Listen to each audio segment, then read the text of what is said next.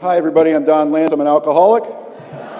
Absolutely delighted to be here. I want to get some housekeeping out of the way. First of all, I want to thank my host, Dave, and his lovely wife for opening their home to me. Your kindness and your friendship and your good cheer has not gone unnoticed. You have made me feel very comfortable. I will be moving in after this talk. But of course, we share in a general way in Alcoholics Anonymous, and I'll probably be more than general tonight. You haven't heard the whole story, so I don't know if you're going to let me back in after this, but we're hoping. But thank you so much for being such a great host. I want to thank Steve for inviting me to participate in this magnificent event. This is really something. And I'll tell you, things like this don't happen unless somebody takes the time to care. And there's a lot of care that went into this evening. It's very evident to me, and I know a lot of people showed up early this morning and started putting this together, and that they worked throughout the day so we could come and enjoy this party, because really it's a celebration. You know, we have these little things, these get-togethers to celebrate sobriety. We could just as easily celebrate, gosh, isn't it great we didn't die? But we're here to celebrate this, and I know that after this is all over, and by the way, wise move to schedule the gambling for after the speaker. Very wise. Somebody's been through this before and they go, no, if you do the raffle, half the room goes home. And they're bitter that they didn't win. Then if somebody in the committee wins, they know the fix is in. It's just terrible. So smart move there. And I know that when this is all over and we've gone home, that there'll be people here till 10:30, 11 o'clock at night. And they'll be moving chairs, and they'll be moving tables, and they'll be making sure that this room is set up for church tomorrow, so when they show up, we reflect well on Alcoholics Anonymous. That they look among themselves and they go, can you believe there were 400 alcoholics in this room last night? And they'll look at each other and go, that's impossible. And they'll look for evidence, they'll check the trash cans, And the people running this event make Alcoholics Anonymous look good. So I want to take a minute to say thank you for your hard work.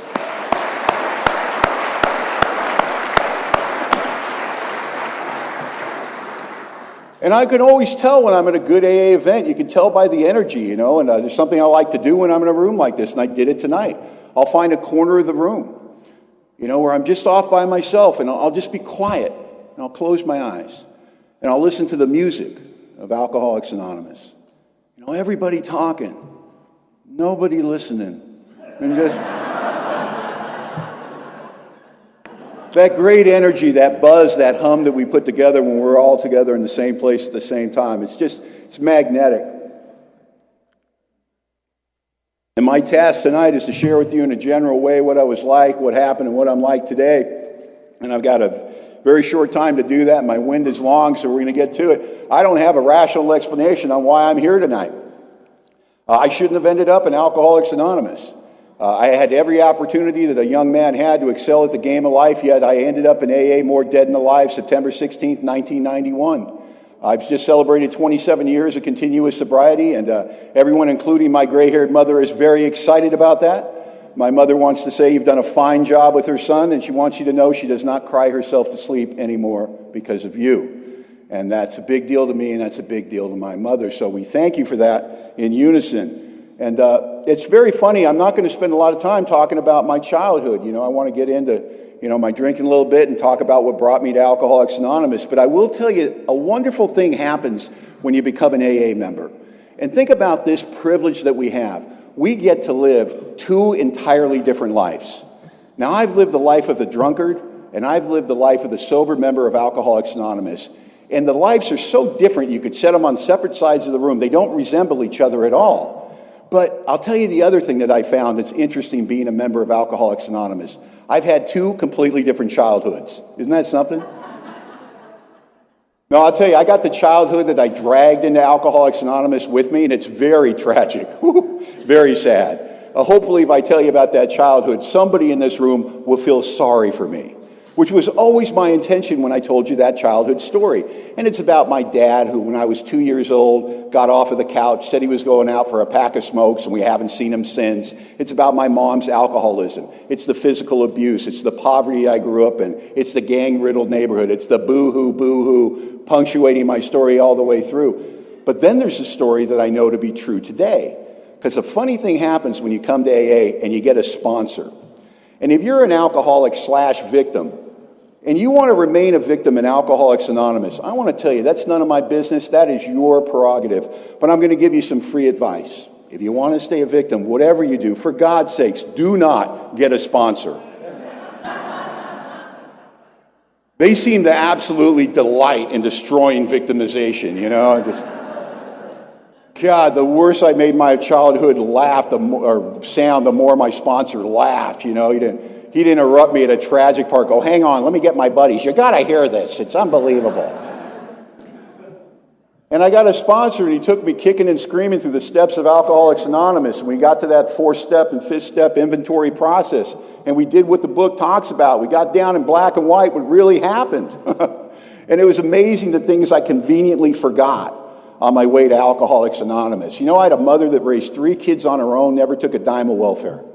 Got us up early for school, got us off to school, made sure we were fed, that we had clean clothes on, to take 2 buses to work and 2 buses home to pick us up, make sure the homework was done, make sure we were fed, make sure there was love in that home, there were morals taught in that home. This woman sacrificed her entire life for her children. Yet, when I came to Alcoholics Anonymous, I was filled with spite and rage and venom for that woman. That's called a perception problem. And I'm so grateful to AA, the loving God here, and the inventory process in particular that corrected the only mistake I think a loving God ever made in my case. You see, he made my eyes looking outward instead of inward. All my life I've had that intuitive ability to look out the world and the people in it and with no effort on my part tell you what you're doing wrong. And with little effort, I can tell you what you should be doing instead. And I love to share that with you because I'm a giver.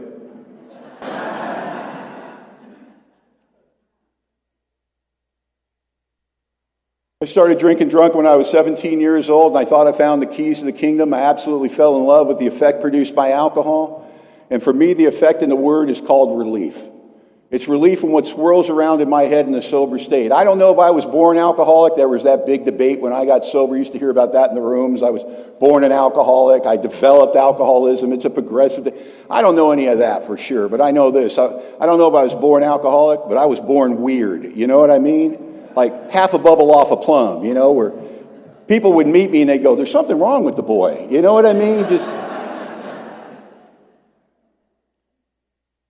And I have all those precursors to alcoholism. You know, I'm selfish, I'm self-centered, I'm self-obsessed, I'm not much, but I'm all I think about. I'm the kind of little alcoholic, I'll get you in a corner and trap you and talk incessantly about myself for, 20 minutes straight. Realize I'm doing it, snap out of that and go, wait a minute. That's entirely enough about me. What do you think of me? And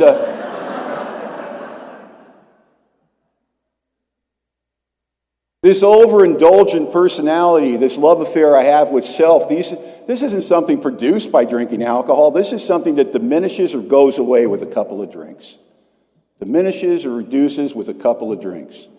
And I don't know that I'm going to be perfect for alcoholism. I don't know that if you had a bunch of little 10-year-olds lined up and King Alcohol ran his head over the top of them, when his hand came over my head, a buzzer would have went off. You know, this one's going to be strong for the drink. Because it does something for me it doesn't do for other people. And I come to Alcoholics Anonymous, and one of the first things I learned in AA is the definition of insanity, right? And they say we as a class of people will take the same actions over and over and over again, expecting different results. And I remember thinking about that and going, man, I don't just do that with my drinking. And I thought back, I go, man, first time clear-cut evidence of that, I was 5 years old. I hadn't even drank yet. Needed a drink. Tense little 5-year-old sitting in the sewing room, thinking about myself, no doubt. Playing with a bobby pin, and I looked to my right. Then there was an electrical outlet. And with my keen alcoholic thinking, I ascertained that this looks like it'll fit. So I stuck it in, bam, and I got shot across the floor, and my fingers are smoking, and my hair's standing straight up. I remember clearly thinking, did that just happen? Did that hurt as bad as I think it did? Bam! And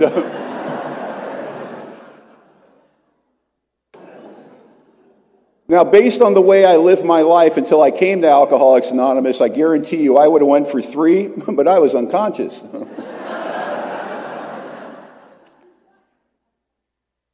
And And didn't I do that with my life? I take the vehicle of my life and I hit a wall and I throw it in reverse and I get a running start and I hit that same wall. Like there's got to be a hole here somewhere. Pain is no teacher for me. Failure is no teacher for me. I just try harder. I have these narratives, these stories that I believe are true, and I put them into effect, and when they don't work out, I blame somebody or something for why I didn't hit the finish line, and I just try harder. And I'll tell you, I get drunk at 17 and all that goes away. All the rough edges become smooth. I fall in love with the effect produced by alcohol. All my life, there's been an invisible wall between me and you. You can't see it, but I can feel it. And I know you're trying to love me, and I'm trying to love you back, but there's something between us that won't let it get through. I have a couple of drinks and the wall comes down. I start to feel the closeness of my fellows. I start to feel the nearness of my Creator. For lack of a better explanation, I guess I begin to have a spiritual awakening. All because I drank some liquid in a bottle, and it's easy. And I don't get in any real trouble when I'm young. There's no real trouble in my story. Nothing's really going wrong. I'm having a good time. I'm wearing a young man's clothes. I'm going up the ladder in business. I'm dating up a storm. Alcohol seems to be an additive to an already full life. You take anything you can think of, a trip to the beach, a night with a beautiful woman, going to a concert, and you just pour some whiskey on top of that. It just gets better, doesn't it? And I don't understand people that don't drink the way I drink. They confuse me because I'm an alcoholic. I'm not a social drinker. I've seen social drinking. It's bizarre. Half-finished drinks. For God's sakes, what's that about?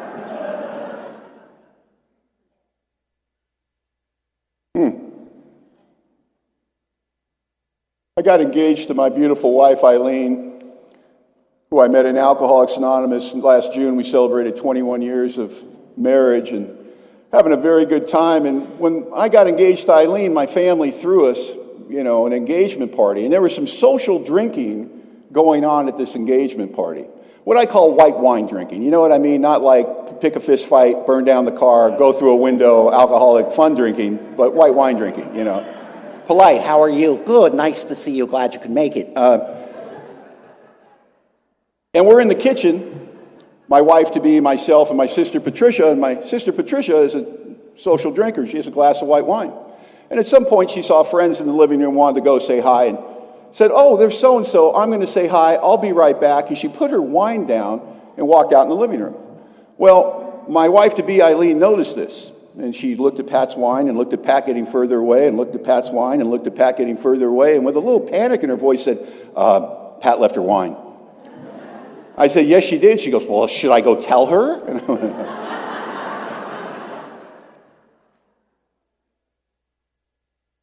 And I said, baby. She's not one of us. At this particular moment, she's not suffering from separation anxiety. So I'm not a social drinker, I'm an alcoholic. I'm the real deal. Not a heavy drinker. Heavy drinkers are confusing to guys like me because they match me drink for drink. But here's the difference. You take a heavy drinker and you call them on the carpet, you go, do something about your drinking or we're firing you. Wife calls them in and says, I love you, but I won't be married to a drunk. Do something about your drinking or we're done. Doctor calls them in and says, you keep drinking, in a year, you're dead. Heavy drinker goes, man, I don't want to lose my job, lose my wife, lose my health. Actually stops drinking. Doesn't have to come to AA, doesn't have to get a sponsor, doesn't have to work 12 golden steps, doesn't have to sponsor people, show up early, stay late, make coffee, none of it. Just stops drinking. And his life gets better. This is why we confuse our friends and our family. They think I have a different emotional reaction to that information. You give me that information, here's how I react to it. I don't want to lose my job, lose my wife, lose my health, and I actually quit drinking. And here's the difference. All quitting drinking seems to have long-term effect is that I will finally go so insane in my own mind, I'll either put a gun in my mouth or take a drink of alcohol. That's my menu. Heavy drinker has the power to stop. I do not. See, I have the same understanding that I don't want to live a life that way. This is what's confusing to my family. They're watching my life run out my sleeves. They're watching me go to jail. They're watching me crash cars. They're watching me blow through relationships. They're watching me break promises. They're watching my dreams go down in flames. And they think I don't know it. They think I don't care. And I want to yell at them. Don't you understand? I have a front row seat for the destruction of my life. You're watching it. I'm living it. And I'm giving it everything I got. And I'm getting killed out there. But I'm not a quitter. I'm 25 years old, and the light goes on. For years, they've been talking to me about my drinking, but now the light goes on, and I have what our big book refers to for the first time, with no justification, no rationalization, no story. I have what the big book refers to as self-knowledge. And self-knowledge isn't delivered to you by a family member, or a wife, or a husband, or an employer, or a doctor that's stitching you up. Self-knowledge is delivered to you in your own voice, in your own head. And for me, it was in a dirty motel room at 2 a.m. And there was all this screaming in the room. And then I realized it was quiet in that room. The screaming was in my head. And there was a voice, and it was mine. And it kept saying over and over again, if you don't quit drinking, you're going to die. And I remember I got it. I thought, for years they've been talking to me about it. Now I agree with them. And I remember feeling relieved. I remember feeling empowered. I remember feeling confident. Because I knew now that the drink was killing me, and I knew now that I'd be able to stop, and I swear I thought it would be that easy. But you see, I hadn't been to Alcoholics Anonymous, so I couldn't have read your big book. And I couldn't have got to page 39 that says, for the real alcoholic, he will absolutely be unable to stop drinking on the basis of self-knowledge. This is a point we wish to emphasize and re-emphasize, to smash home upon our alcoholic readers as it's been revealed to us out of bitter experience. You see, I didn't know that, so I'm drinking in ignorance.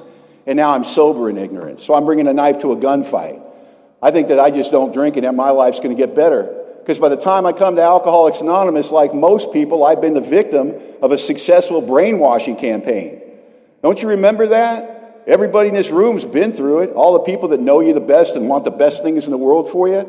I don't know if they said it to you, but they said it to me. Things like this. Donnie, you're a great guy. You got a lot of potential. You could probably be anything you wanted to be, go anywhere you wanted to go, do anything you wanted to do if you just quit drinking. You'd be so happy. If you just quit drinking, all your dreams would come true. If you just quit drinking, everything will work out. So I lay my experience across that and I go, let's see, went to jail, I was drinking, smacked that guy, I was drinking, lost the job, I was drinking, blew up the relationship, I was drinking. Yeah, it makes sense.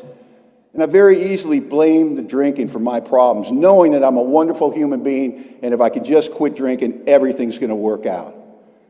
So 25 years old, I take all my strength, all my energy, and I quit drinking. I do not come to AA, get a sponsor, get a home group, work your steps, do service work, none of it.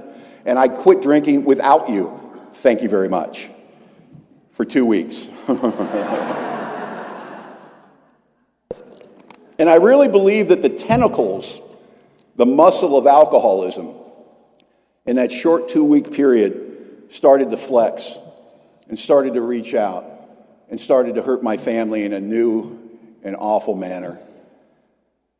See, because before that, I was drinking in ignorance. My family, unbeknownst to me, was having those backroom meetings where they'd say, what are we going to do about Donald? He's going to jail, he's crashing cars, he's drinking like a fish. And they go, well, when we talk to him about it, he just laughs it off. He doesn't get mad, he doesn't worry about it. If he doesn't get it, he doesn't get it.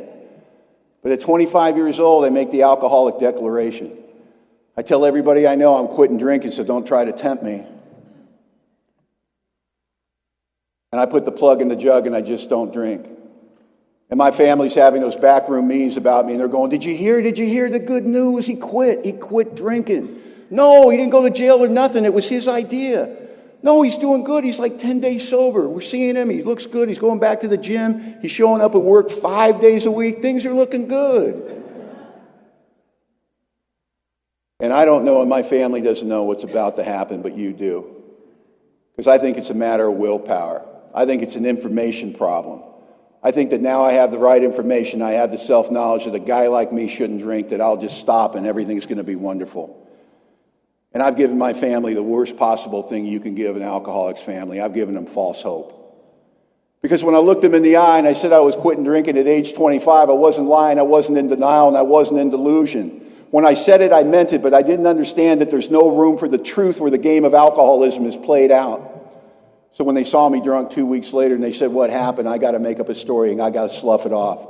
And what started for me was a 6-year odyssey until I made it to the rooms of Alcoholics Anonymous at age 31. Doing everything you read about in chapter 3. Various vain attempts to control and enjoy my drinking. Brief periods of recovery followed always by a still worse relapse. A feeling I was regaining control to find out I had lost even more control. And I do all the classic alcohol. I pull the big geographic. I'm living in LA, and I know LA is my problem. How am I going to get sober there? Everybody knows me. I got that Johnny Saturday night reputation. Everybody wants to party with me. So I moved to Boston. Brilliant. Then I found out they drink in Boston. Takes me about 3 years to wear out my welcome in Boston, and I show up back in LA after a 3-year hiatus. And I'll tell you, alcoholics, we are amazing people. We are like cats flung out a second-story window. Meow! And we will land on our feet, boom, in a 3-piece suit at a job interview, you know?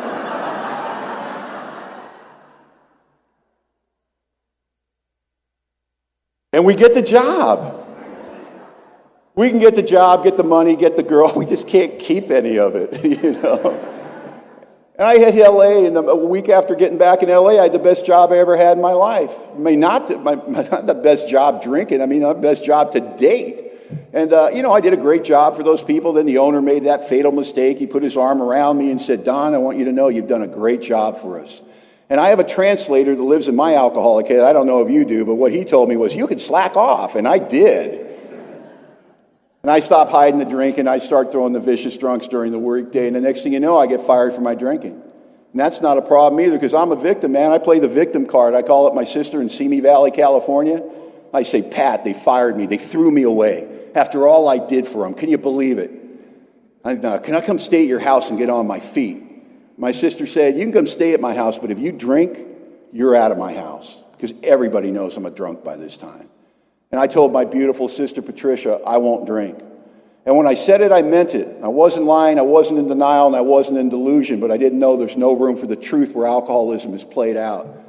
And I drank every day in that house for 7 months until I got sober. And if you don't know how you do that when they're watching you, well, maybe you're not a sneaky rat like I am. I got no problem drinking around your schedule. I'm unemployed.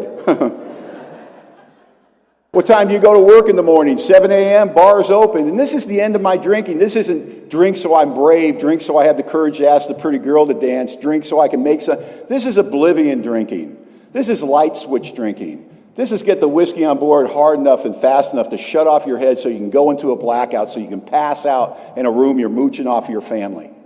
To come to face the hideous 4 horsemen. Terror, frustration, bewilderment, despair. They sat on the end of the bed. They waited me to come to. And then in my own voice, in my own head, they made statements and asked questions. Who are you going to hurt today, Don? Who are you going to rip off today? You know, Don, you've taken every good thing that's ever come your way and you've torn it to shreds, and now you're ripping your family off. How's it going to end for a guy like you? I don't know what you do in your heads like that in the morning, but I just took another pull off the bottle, and I thought it was going to end that way. I get an unemployment check about a week before I get sober, and I go up to my brother-in-law and I go, Larry, I got my check. I'd like to borrow your car. And Larry asked me a very strange question. He said, Don, will you be coming back this time? Fair question. Because I had borrowed his car a few times that summer and got on a little alcoholic vacations. We know what those are. And the 12 and 12 tells me my outstanding characteristic is defiance. And when Larry said that to me, I got right in his face. I said, Larry, how dare you? You know, Larry, the last time this happened, I apologized. And Larry, untreated Al-Anon that he was, felt terrible, and he took his car keys out, and I snatched the car keys from this man I'm mooching a room off of to walk out of his house to get in his car, and I remember thinking, there better be gas in it. I went down to the liquor store to cash my unemployment check, because that's where drunks of my type cash our unemployment checks, and why I'm in line, I have what the big book refers to as the thought that precedes the first drink. And for me, the thought's always the same. What's in a half pint? Nobody ever got into trouble drinking a half pint. So I buy the half pint of whiskey, I drink that, it gets lonely, we drink another half pint, and I go, I can go visit those friends in the valley. I'll be back in 45 minutes. Nobody's going to miss me, and I'm gone. 3 days later, I'm driving up the hill to face that family I'd done over one more time. One more time, I've taken their hope, their faith, and their trust, and I've torn it to shreds. And understand this, driving up the hill to face them one more time, I love them no less than I love them at this very moment. And I love my family tremendously. But I can't serve 2 masters. I only got time to serve one, and that's King Alcohol. And you get between me and a drink, it's nothing personal. It's almost businesslike. I'm getting to the drink. I'll go around you, through you, manipulate you, tell you what you want to hear, but bet your bottom dollar I'm getting to the drink. But you see, I suffer from alcoholism, and I don't even understand what that means, so I can't warn you. I can't say, listen, I have an obsessive mind with a physical allergy. When I drink, I can't stop, and I'm going to drink again because I can't take the pain of sobriety. And I will do this to you again and again and again, although I don't want to live this way. Although I have a front row seat for the destruction of my life, and I'm watching my life fall apart, and I'm watching myself hurt the people I love. I feel like a puppet on the end of the string, and there's nothing I can do about it. I feel possessed. You need to get away from me. You need to save yourself. But I don't understand alcoholism, so I can't warn you. So I say things like this: I am so sorry. I did not mean for it to get away from me. I don't mean to treat you this way. I don't mean to act this way. Can you give me another chance? And it got hard for my family to keep giving me those chances as I roared through their life like a tornado year after year after year. I walk into a home that's been devastated by the disease of alcoholism to face the heat. I find out an argument had ensued upon my leaving. My brother-in-law wanted to report the car stolen. My sister negotiated him back to a missing persons report. And when they saw me pull up, they called the police to do the follow-up work. Now, I don't know if you've ever been up for 3 days drinking, but the police usually aren't who you want to talk to. I have warrants for my arrest in 2 counties, so I start yelling at my sister. I got warrants. I'm going to jail. Thanks for nothing, because now it's her fault. And I go outside to wait for the police because I don't want the interview to go on in front of the family. I don't know what I'm going to be saying. I'm fairly certain I'll be lying. And I'm outside smoking a cigarette, and here comes the black and white. On the side of the black and white, it says K-9 unit. And I remember thinking, oh, good. They brought the dog. Like I'm in any shape to make a run for it. And the cop got out, man, and he's a trained professional. And he started asking me those hard, tough questions trained professionals will ask you, like, where were you? And I'm lying, and he's not buying it. He's looking at my eyes really hard because they're rolling up in my head. So I break his gaze, and he breaks with me. So now we're interviewing and dancing in front of the house. And I don't feel good, you know what I mean? And I just want to divert his attention. And I see the dog in the back seat, and I point at the dog, and I go, oh, is that your partner? He says, why, yes, it is. And he walks over, and he opens the door, and this dog gets out. German Shepherd. Not a hair out of place. Like a Rin Tin Tin reincarnate. And with no prompting on my part, he started to relay facts to me about the dog's life. The dog is past mandatory retirement. They can't retire him. He's too good. The dog has participated in more arrests than any dog in the history of Ventura County. The dog has participated in more arrests and rescues than any dog in the history of Ventura or Los Angeles County. This dog was so phenomenal that the officers took a collection out of pocket where they sent him over to Europe for international competition where he kicked butt on German Shepherds, right?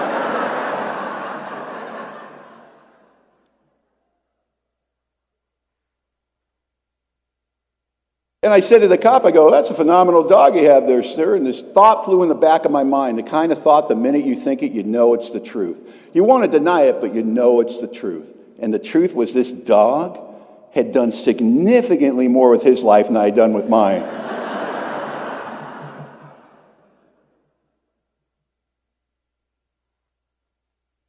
I hated that dog. I walk back into a home that's been devastated by the disease of alcoholism to face the heat, and my sister tells me I got to go. And when she told me that, she was looking at her feet. Years later, I asked her, when you told me to leave your house, you couldn't look me in the eye. Why was that? And she said, I don't want you to lie to my face one more time. My sister asked me to leave. She said, look, I know you're going to die, and there's nothing we can do for you, but you can't die here. You're tearing us apart. You're going to cost me my marriage. Nobody sleeps at night. It's insanity. You got to go. And she was right to ask that. And if I had a true partnership with another human being, if I had any true love for another human being, I would have said, you're absolutely right. I would have grabbed my gear and I would have, cleared out. But I'm an alcoholic and I'm not too proud to beg. And I'm telling you, I gave an Academy Award performance. You know what I mean? You can't throw me away. I got nowhere to go. I'm so sick. I'll die. You got to give me a couple of days, just a couple of days. Please, I'll die out there. You don't want me to die, do you? I'll go to AA and everything.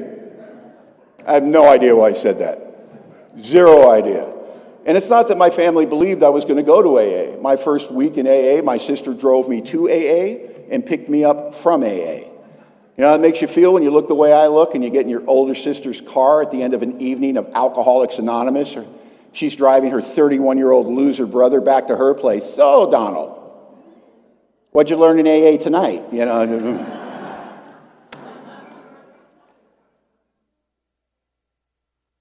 I don't remember my first night in Alcoholics Anonymous. They tell me I was there and entertaining, but I have no recollection of it. But I remember my second night in Alcoholics Anonymous because it was the most important moment of my life. If what occurred to me my second night in AA had not occurred, you'd have somebody else here tonight, because that night in Alcoholics Anonymous, I did not look the way I looked this evening.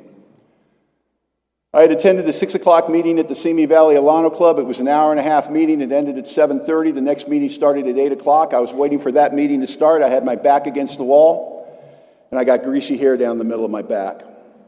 I don't shower anymore. I got a full beard with food stuck in it. I'm suffering from audio and visual hallucinations. I've lost the ability to speak the King's English. I communicate in a series of hand gestures, grunts, and clicks. I'm wearing my sunglasses at night. I got my arms folded across my chest, and I'm rocking back and forth, scanning the room. And I'm not doing this because I'm a tough guy. I'm doing this because I feel like I'm going to explode from the inside out, because I'm coming up on 48 hours without a drink of alcohol, and I'm physically addicted to alcohol. And I'm looking at the good members of Alcoholics Anonymous, and you're clean, and you're happy, and you seem like you've known each other forever. And my head starts talking to me, and it starts talking, look at them, Don. They're not like you. They're happy and they're clean and they know each other. They don't want you here. You notice they're not talking to you, Don? You notice they're not coming up to you? You know, that's because they don't want you here. Why are you doing this to us, Don? Why do you do this every time? You know, you're quitting drinking, Don. How many times is this? 100, 1,000? How many times you quit drinking? Oh, now you're in AA. It's going to be different. It's going to be different this time. Who are you kidding? You know what you do, Don? This makes it crazy. You know, you quit drinking, you make the big announcement, and then what do you make it? 2 days, 3 days, 2 weeks, and then you can't take the pain. And then you know what you do? You drink anyway. Here's an idea for you, Slick. Why don't you go get a drink? Why don't we bypass the pain, not play this stupid game? You know you're going to drink again. We all know you're going to drink again. Let's get out of here. Let's get a drink. Let's get a drink. Let's get a drink. And I'm leaving Alcoholics Anonymous on my second night of sobriety because I can't take the pain of sobriety. And I caught a break. And over in the corner were two card-carrying members of Alcoholics Anonymous named Lou and Mark. And it's the most important moment of my life. Whether I live or die is going to be decided in the next few moments, because I'm going to go get a drink, and it's going to cost me everything. It's going to cost me my family. It's going to cost me my place to live. And it's more than likely going to cost me my life. And I got to tell you, it's a small price to pay if it means it'll stop the madness that's between my ears from going on for just a couple of hours. And although it's the most important moment of my life, for Mark and Lou, it was Tuesday. And Mark and Lou were where they were every Tuesday night between the 6 o'clock and the 8 o'clock meeting at the Simi Valley Alano Club. They were hanging together, and they were drinking coffee, and they were telling off-color stories, and they were scanning the room. They had their eyes trained on the door and their eyes trained on the room, and they're looking for new men to 12-step. And the way they tell the story is they saw me. And Lou looked at Mark and said, "Whoa."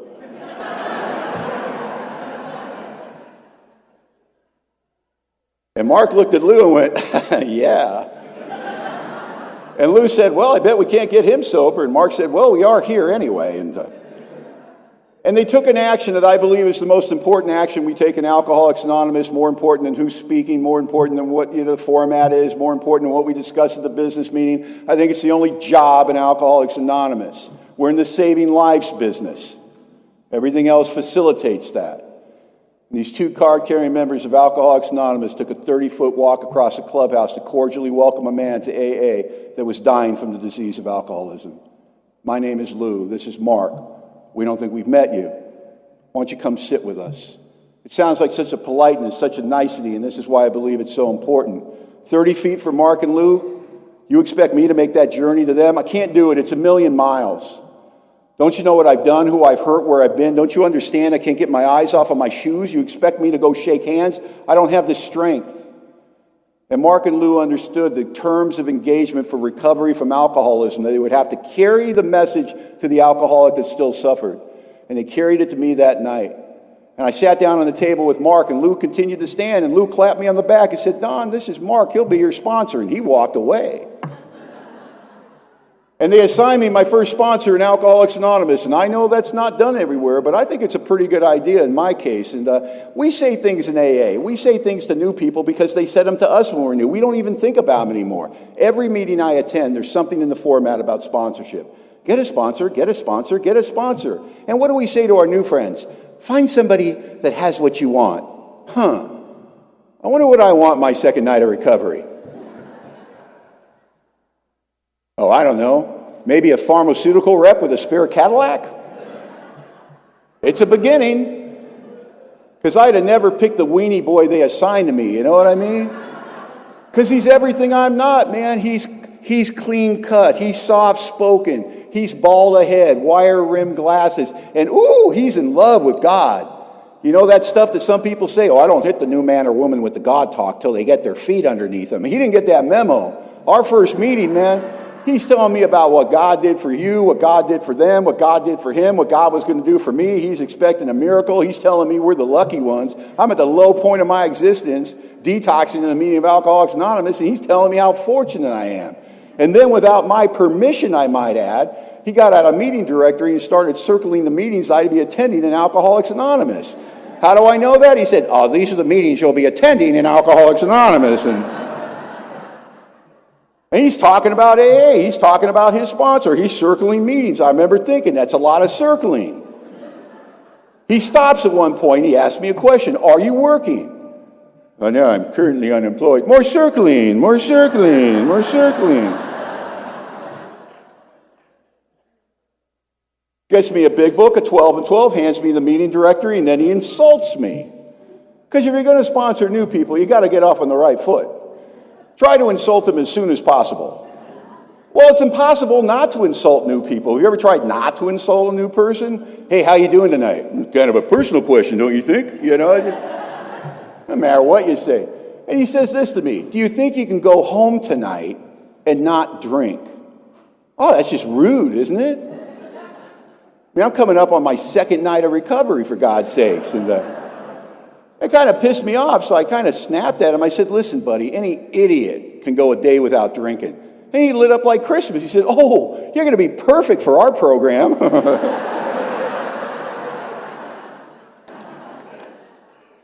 Really, that should be one of our slogans. First things first, easy does it one day at a time. Any idiot can go a day without drinking. If you've been here any length of time, you know some days it comes down to that, right? It's not spiritual enlightenment and working with others. It's hanging on to your seat and praying for midnight. Come on, midnight. You know what I mean? Just get through the day. And so it began, and he got me busy in Alcoholics Anonymous, man. He got me busy in all three sides of the triangle, unity, service, and recovery. He taught me how to be an AA member. Isn't that something? Did you know there's a whole list of rules to be an AA member that aren't conference approved? I did not know. Been handed down for hundreds of years, seemingly, from old-timers on wagon trains. I mean, I don't know where they get this stuff. And the way I found out is it seemed every meeting I went to, I guess I did something grievously wrong in Alcoholics Anonymous. I found out because my sponsor would be waiting for me after the meeting, giving me that crooked finger. Come here, Don. I'd be thinking, now what do I do? And he'd tell me what I did. Don, if you don't like what they're sharing in the meeting, you can't go in the corner and do push-ups. Don, you can't get up and get coffee 6 times during the meeting. Don, if you don't like what an old-timer says, you can't threaten to kill him and make amends later. Don. It just went on and on and on because it's dog rules in AA. You know what I mean? You don't know you've done anything wrong in AA because I'm not housebroken when I get here. You know, it's dog rules. There's all these rules and you got to be, you know, and I had a sponsor who was willing to incur my wrath and teach me how to be a good AA member because he wanted AA to stay strong. It was more important than me. He knew if I was going to stay sober, AA had to stay strong. So he knew I had to become not just a guy who could talk about the steps and go through the process. I had to become an AA member. I had to pull my weight here. So he got me taking commitments and doing things in the room that I didn't understand. I didn't understand any of it. What does setting up have to do with staying sober? What does making coffee have to do with staying sober? What does moving somebody's couch have to do with staying sober? Oh, my God. He comes up to me one night. It's 9:30 at night. The second meeting ends. I just want to go home. He goes, hey, we're going to go move Smitty's couch. I go, Smitty's a jerk. And he goes, yeah, he is, but we're moving his couch. Man, and I'm bitter. We moved this guy's couch, man. I'm just throwing his couch around. I'm all pissed off. And we get done, man, and then Smitty rolls off me. Worst possible thing happens. You know, he's all humble. He goes, you know, kid, I'm not as young as I used to be. And I couldn't have done this without you, and it really meant a lot to me. I want to thank you. He gave me them big AA hugs, you know, pressed him. So I was like, oh, no. Now I can't hate him, you know. Because, man, I have resentments. I'm the Pez dispenser of resentments when I'm new in Alcoholics Anonymous. You know what I mean? I have a resentment. I talk to my sponsor. We get rid of that resentment. Bam, a new one spring loads into place. I'm like, man, I'd walk up to my sponsor and go, let me guess, who are you going to kill tonight, Don? Jeez. I got so bad with my sponsor, he finally wore him out. He goes, that's it. 72-hour rule. And I go, what's the 72-hour rule? He goes, you bring something to me, I tell you 72-hour rules. It means that you're not allowed to talk to anybody about it, talk to me about it, share to me about it. You're not even allowed to pray about it. You just leave it alone. And after 72 hours, if it's still a problem, I'll give you an action to take. And I'm like, all right, man, you know what happened within 72 hours. I forget what I'm mad at. 72 hours, it takes care of itself. One time I come to him, I'm going to kill this guy. I've got a plan and everything. The whole ambush laid out. I'm going to kill him. And my sponsor goes, 72-hour rule. And I go, come on, man. In 72 hours, I won't be pissed off anymore. And he's like, I'm completely missing the point of the exercise because it's dog rules. Man, dogs don't know they've done anything wrong, and I didn't know I'd done anything wrong till you tell me, man. I got a dog. Bo the Wonder Dog. He's amazing. 7 years old, smart as a whip. You spend 5 minutes with my dog, you turn to me and go, that's an amazing dog you have there. Yeah, but Bo, like any dog you can think of, at one time, he was a puppy. You know what I mean? And one day I'm on the phone with my sponsees. We'd only had Bo a couple of weeks. He's maybe 8 weeks old, right? I'm talking to the guy, and I see Bo walk into the living room. And I remember thinking, oh, there's Bo. God, he's so cute. I love that little guy. And he goes into a crowd, starts taking a dump. And in the phone, I go, oh, no. And my sponsee goes, what is it? I go, oh, Bo's taking a crap in the living room. He goes, do you have to go? I go, no, man, it's too late. I go, you can't interrupt him. You'll freak him out. You'll traumatize him. No. You got to kind of watch him, keep an eye on him, you know, kind of stalk your own puppy, right? And when he looks like he's about to break bad, you got to grab him. And it will freak him out a little bit because he'll be like, I'm in the air, you know, and you run him outside and you drop him on the lawn and you step back and he'll look up at you with all honesty and go, dude, what the hell was that all about? And then he'll realize he's outside and he still has to go to the bathroom and he'll go, oh, I'm outside.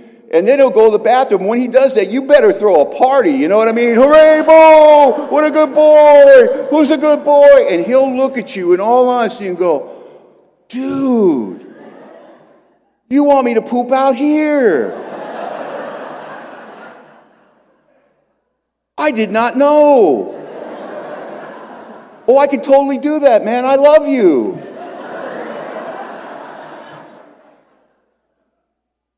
And we do exactly the same thing with our friends in Alcoholics Anonymous. And they did it with me. They taught me how to be an AA member because when I'm new, I come into AA, man, and I crap all over the place. I don't know any better. And thank God for the old timers who were willing to pull me aside, not embarrass me on a public level, pull me aside and go, hey, man, I remember I was like that too. Listen, man, we know you're here, okay? Stop trying so hard. You know what? Why don't you try to fit in? Why don't you just come sit with us?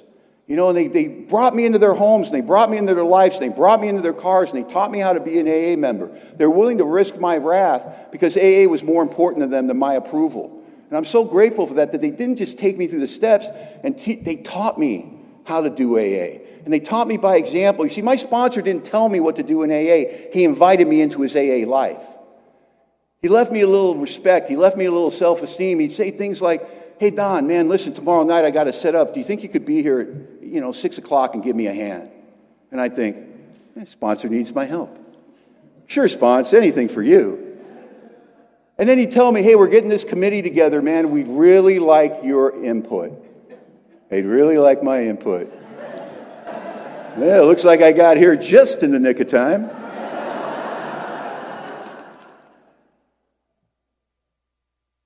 And he's taken me through the steps, man. He's taken me through the process, and I have the psychic change, and my life is getting better, and I'm repairing that wreckage, and I'm showing up in courtrooms, and I'm doing the community service, and I did so much community service at the Salvation Army that when I was done, they threw me a party, and I'm doing this stuff, and I'm doing that early sobriety stuff, and I'm 2 years sober, man, and I get a little footsore, and I got a best friend in AA, best friend. His name's Greg, man. Greg had 30 days when I walked in, right? We became the best of friends in AA. We used to have that death covenant, like I can't drink, so you can't drink, so I won't drink because you won't drink, and if you drink, I won't drink. We're not going to drink, okay? Is that clear? And we were not going to drink, and we were going to go to AA for the rest of our life together. And we did our first 2 years shoulder to shoulder. And after 2 years, Greg got a little burned out on clubhouse sobriety. He started cutting back on his meetings, talking about the hypocrisy, saying, I don't believe the old-timers walk like they talk. He started having a problem with what he heard in AA. And I started having a problem with it too, to be honest with you, but I didn't stop going to meetings. I just went and checked out other groups, and I found a group.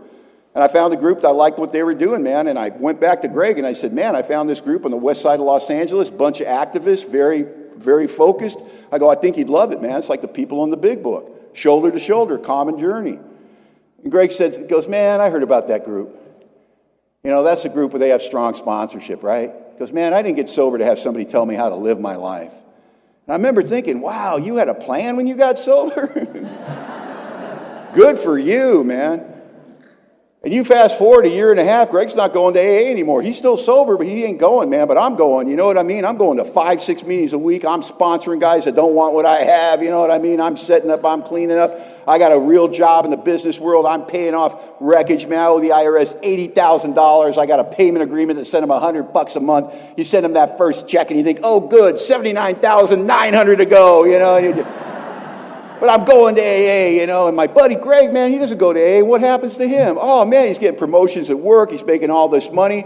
He meets this girl. He knew her from AA. They get married. I'm best man at the wedding. It's like unbelievable. He's making more money, builds a custom home in the Antelope Valley. Now he's 4 years sober. He's 5 years sober. He's killing it. He's making all this money. He's got new cars in the driveway. What am I doing? I work hard all day. I take all my extra money. I pay off wreckage because that's what we do in AA. We don't declare bankruptcy. We pay the money back. That's what they told me. So I'm paying the money back, so I don't have any money. And I'm working 10 hours a day. Then I go to AA all night. And I give guys ride homes that don't appreciate me. And then I go home and get 5 hours sleep. And I do it again. What a gift. If you want what I have.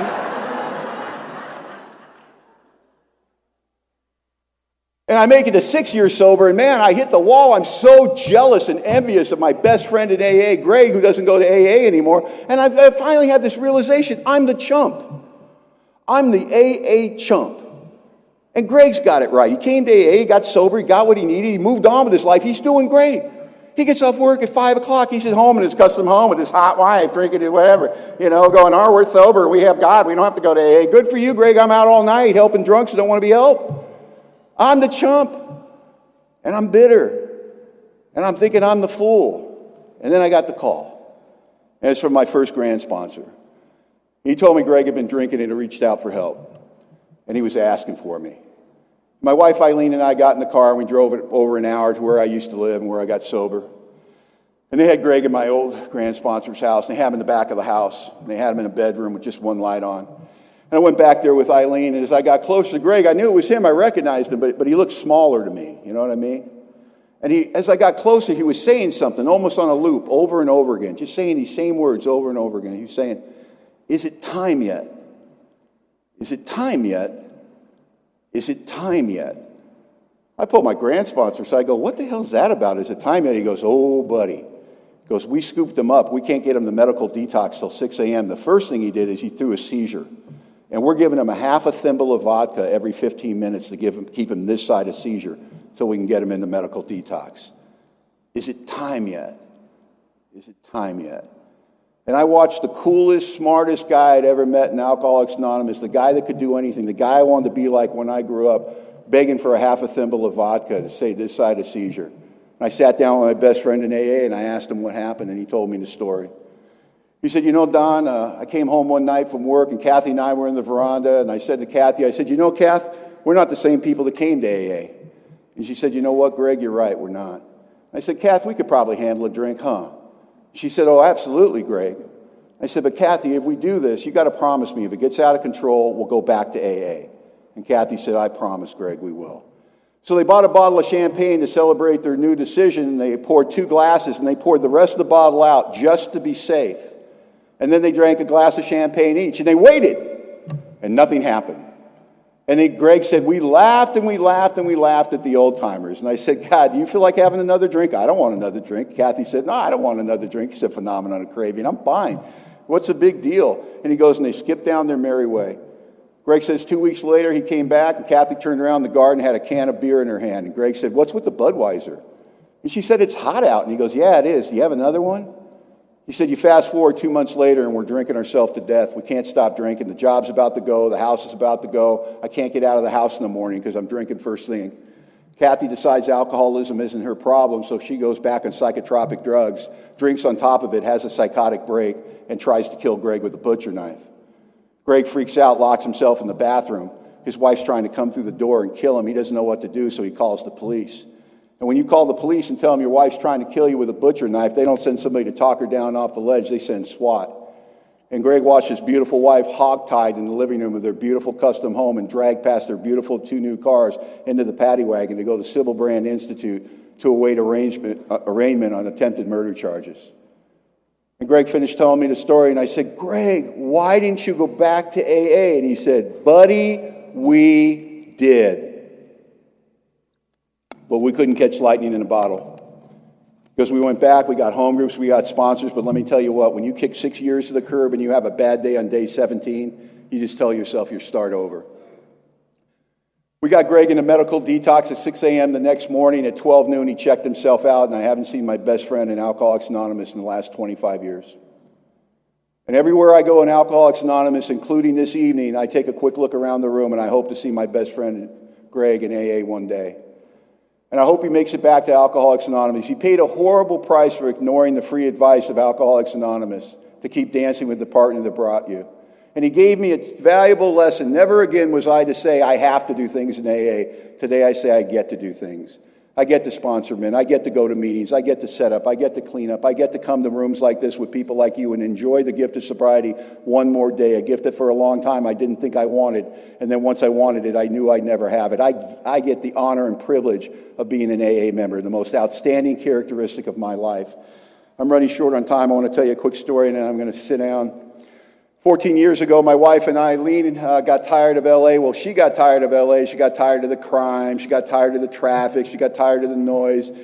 And she wanted to move to the Pacific Northwest. And all the arguments I had were all about money, which I thought were good arguments. And then I heard myself actually making them. And she chose, beauty and happiness over money. Imagine that. And so we found ourselves in Bellingham, Washington, 100 miles north of Seattle, 20 miles south of the Canadian border. You know what I mean? Up there at America's first defense against Canada, and it's a different world, man. I mean, we live 8 miles out of town by the lake, and it's 150-foot trees. It's a forest. I mean, and it's dark at night. You know what I mean? It's darkety dark. I mean, and I'm a city kid. Man. I'm concrete, steel, and glass, and suddenly I'm out in the woods. I remember the first time I had to get something out of my car in the driveway, and I forgot to bring a flashlight. And I got about halfway out to the car, man. A little voice in my head said, "Cougar." And I just jumped up, and I ran in the house and slammed the door, and I'm up against the door, and my wife's like, "What's with you?" And I go, darkety dark. Don't go out there. So it took some adjustment, man, and just to the east of us, man, they have these beautiful, beautiful dairy farms. I mean, like from a postcard, just these old 100-year-old barns and these beautiful cows and green grass and pastures. And we were driving out in the county one day, and my wife goes, stop the car. And I stopped the car because this beautiful Jersey cow is right on the edge of the road. And my wife gets out, man, she's got the camera, and she's focusing, she's framing this Jersey cow. And right about this time, this old farmer comes around the corner, his old pickup truck, and he stops right next to my wife. My wife jumps back and goes, "I'm sorry, was I in your way?" And he goes, "No, just want to ask you something." And she goes, "What's that?" He goes, "You do know it's a cow." And my wife goes, "Uh-huh," and he goes, "Just checking," and off he drives away. So it took us a while to adjust, right? And we moved there, man, and the first summer comes along, man, and the mama deers are showing up. We got crazy wildlife. We got bear, coyote. wolf, we got everything, man. Cougar, and we got deer. We got tons of deer. And the deer start showing up in our backyard, these mama deers with these spotted fawns, and we're losing our minds. We got baby deer, If anybody needs 20,000 digital photographs of a baby deer, I've got them. Man, and this one baby deer in particular, we just fell in love with this little guy, right? Because he was real rambunctious, and he was real curious, and he was fearless, and this big scar across his face, So I made up this story in my mind about how he defended his mom's honor against a buck or something, got beat up, right? And so we're city kids, we're naming the deer. That's Mama Deer and Scratch, Mama Deer and Scratch, right? And we're just enjoying our experience and being out in the woods, and then rutting season in the fall comes, and the deer start losing their summer coats and start putting on their winter coats, but not Scratch. For lack of a better explanation or definition, he started to look kind of, ugly. He started getting really patchy in his fur and losing his hair, and I said to Eileen, I go, Scratch isn't looking real good. And she goes, no, he's not. And my wife is that girl, man, and she got on the internet and researched it and reported back to me it's an actual affliction that they suffer from in our area. It's called hair loss syndrome. And if the deer get it bad enough, they'll lose all their fur, right? And then winter will come, and it'll get cold, and they won't be able to eat enough to get their furnace going, and they'll become hypothermic, and they'll die. And I said to Eileen, I go, Scratch is going to die? She goes, yeah. And I go, oh, not on our watch. And I lost my mind, right? And we started breaking every Washington State wildlife management law in the books, right? We're doing supplemental feeding, man. I'm putting 50-pound sacks of wet cob into my Toyota Avalon at the feed store. The guy's asking me questions. How many head you got? I don't know. How many head would that feed? I'm like, 2. I got 2. I'm lying. And when you're trying to feed one sick deer, you can't feed the one sick baby deer. We got deer coming from all over, man. So I got 12 deer in my backyard. And they're knocking poor little Scratch out of the way. My wife, 130 pounds, 5 foot nothing, she's in the backyard chasing out bucks with full racks. You're selfish, you're self-centered, let the sick one eat. I'm like, these bucks are running for their life. And it's not working, man. It's not working. Scratch is looking worse and worse, man. And I'm obsessed with this baby deer. I'd go to work and I'd call my wife from work, go, you see Scratch today? She'd go, yeah, he stopped by. I go, how's he doing? She goes, he's not looking good. And I'd shake my fist at God. Not this one, God. You don't get this one. And I'm just nuts. And now it's winter, man. God, and it starts snowing, and this stupid baby deer, we have fed him so much, but he's lost all the fur in his body. So all he's got left is a 2-inch wide, 2-inch high swatch of fur that goes from the nape of his neck all the way to his rump, and he's bald everywhere else. He's rounded out like a beer keg. So now he sits in our backyard, this newcomer deer, mohawk wearing, beer keg body, just eating and pooping in the snow. And I'm obsessed with this deer. We're feeding him, and we're feeding him, and we're just, And we make it to spring, and Scratch doesn't die. And for the next 3 or 4 years, in rutting season, he'd come down from the high country with all the boys, and he'd show up in our backyard. And we know it was him because of the scar on his face. And he'd walk right up to my wife, and my wife would feed him apples by hand. And I'd look at that scene, and I'd say to myself, what is it about that damn baby deer that made me lose my mind? And one day it hit me. I'm that baby deer. I'm that guy in the Simi Valley Alano Club with my back against the wall. With anybody with a glancing familiarity of alcoholism would have taken one look at me and said, that guy over there, he's going to die. And 2 card-carrying members of Alcoholics Anonymous saw the exact same thing, and they said this, not on our watch. And they did exactly what they had been taught to do in AA, and they gave me that spiritual first aid, and they brought me into their lives and into their cars and into their homes, and they shared what had been freely given to them. And I know this as much as I'm standing here now. Bill and Bob are gone, and it's our watch now. And while we're in here tonight having some good food and having some laughs and sharing the gift of sobriety, they're out there in the streets tonight, and they are dying. And they are coming to Alcoholics Anonymous. Isn't that funny? They don't even know it yet, but they are coming to Alcoholics Anonymous, bet your bottom dollar. And they're coming the way we came. Hopeless, helpless, hapless, looking for something like blind men in the wilderness. They don't know what they're looking for, but they've run out of hope, and maybe there's something here. And we have to ask ourselves, when they arrive at our respective home groups, where will we be? And more importantly, how will we be? Am I going to be in the back of the room with my buddies talking about fantasy football, my latest deal, what I'm going to take on vacation, thinking about ESPN, what I'm going to eat when I get home? Or am I going to be like Mark and Lou, with my eyes trained on the door and my eyes trained on the room, looking for new men to welcome cordially to Alcoholics Anonymous the way it was done for me? Am I going to leave all that other crap, all those worldly clamors, all those worship of other things that sometimes are hanging on me when I show up in AA? Am I going to leave them out in the parking lot where they belong, where they should never cross the spiritual threshold of a meeting of Alcoholics Anonymous? And remember that it may just be another Tuesday night for me, or a Wednesday night for me, or a Thursday or a Friday or a Saturday. But for some new man or new woman, that might be their last night in Alcoholics Anonymous. We're Alcoholics Anonymous. We're in the saving lives business. I hope we stay sober forever. Thanks for listening.